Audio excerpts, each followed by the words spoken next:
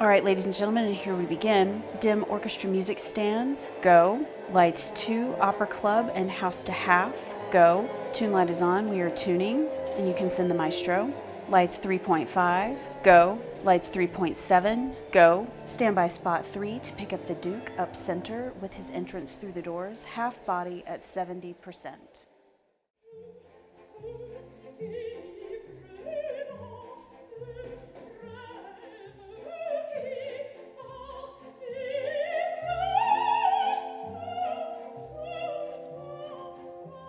It's a great time for opera 2016 because opera singers, they can do everything. They can sing, they can dance, they can act, and any move you see on stage by every single person on stage, and that can be up to 100 people, that is in the assistant director blocking book.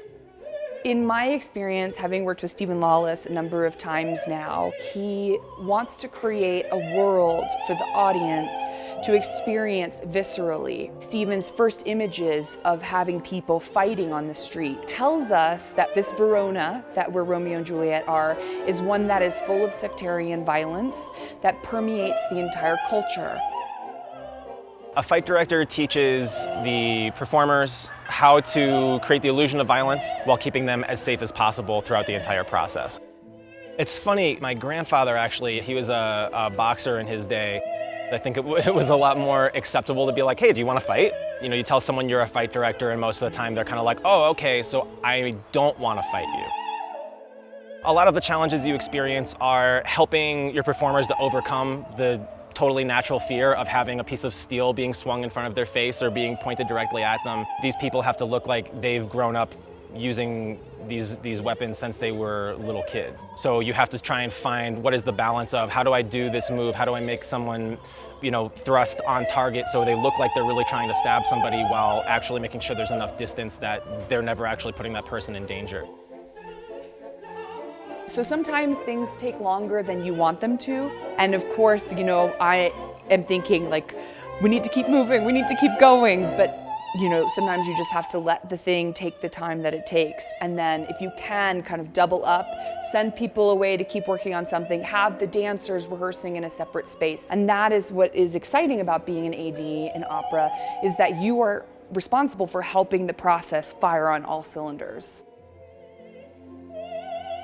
Stephen Lawless, who's the director of the show, asked me about 18 months ago if I would like to do Romeo and Juliet, and I said yes.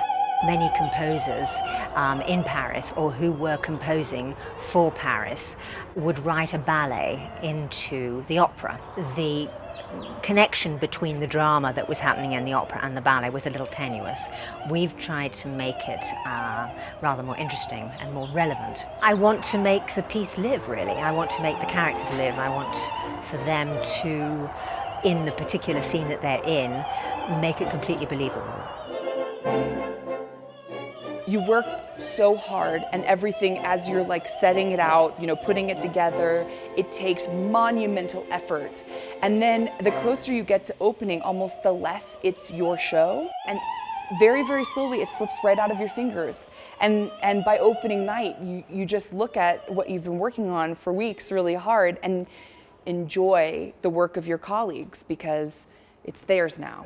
And that's a great feeling.